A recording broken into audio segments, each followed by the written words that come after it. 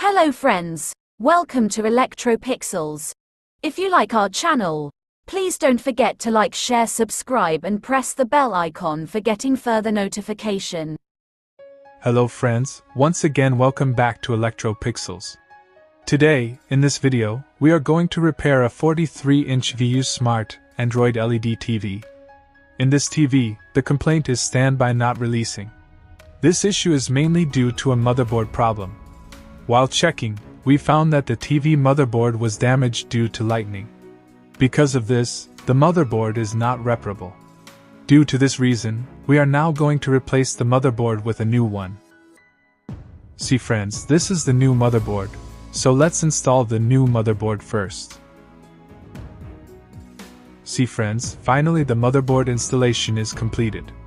Here, we have connected all the sockets. Now let's turn on the TV and check the picture.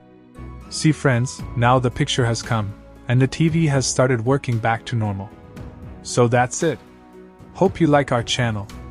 Please don't forget to like, share, subscribe, and press the bell icon to get further notifications.